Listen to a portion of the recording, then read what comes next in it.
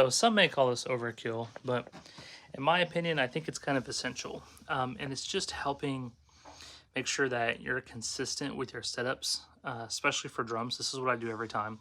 But whenever you're writing, like whenever you're doing all of your inputs and you're getting everything routed in, like my situation, I have a small place, so I have to set up and take down every single time, which is fine. If I had a bigger place, not a big deal, but I'm limited to the room that I'm in. And one of the things that makes it so much quicker is an input list. And mine looks something like this. So basically, I keep all these guys around for every session. As you can see, I've titled it up there, drums, you know, yada yada. I've labeled all of my drums, the mics for them. And of course, I'm still setting up this drum set right now. So I don't have like the Snake Input or Rack or Pro Tools or anything like that. But you can see the previous one I've done where I actually label everything.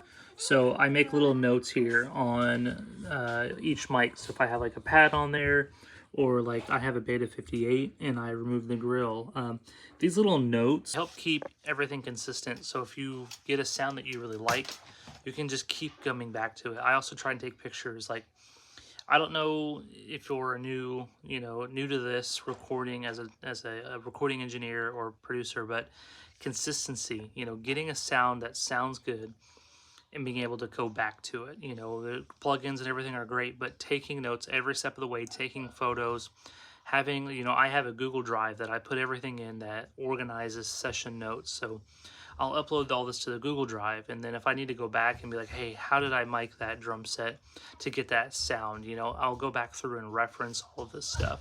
I know it seems like a whole lot of extra, but honestly, it helps save so much time in the future. So if I have another song like this, or if something happens and I need to re-record the song, I can set up and get very close to the same results. And another key part to that is I have all my mics labeled by numbers.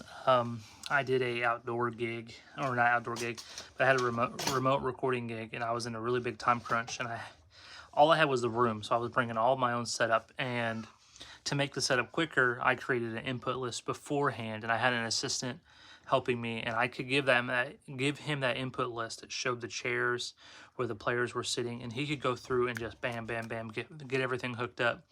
And I color coded my cables based off length. So like red was a short one, and green are the longer ones. Medium is like a yellow color, and then blue are my like extra long ones. So I set that up in my input list. I had lines designating what size cable to use, so he could quickly grab them and just go. I find when you work with snakes, having your cables numbered makes a big difference.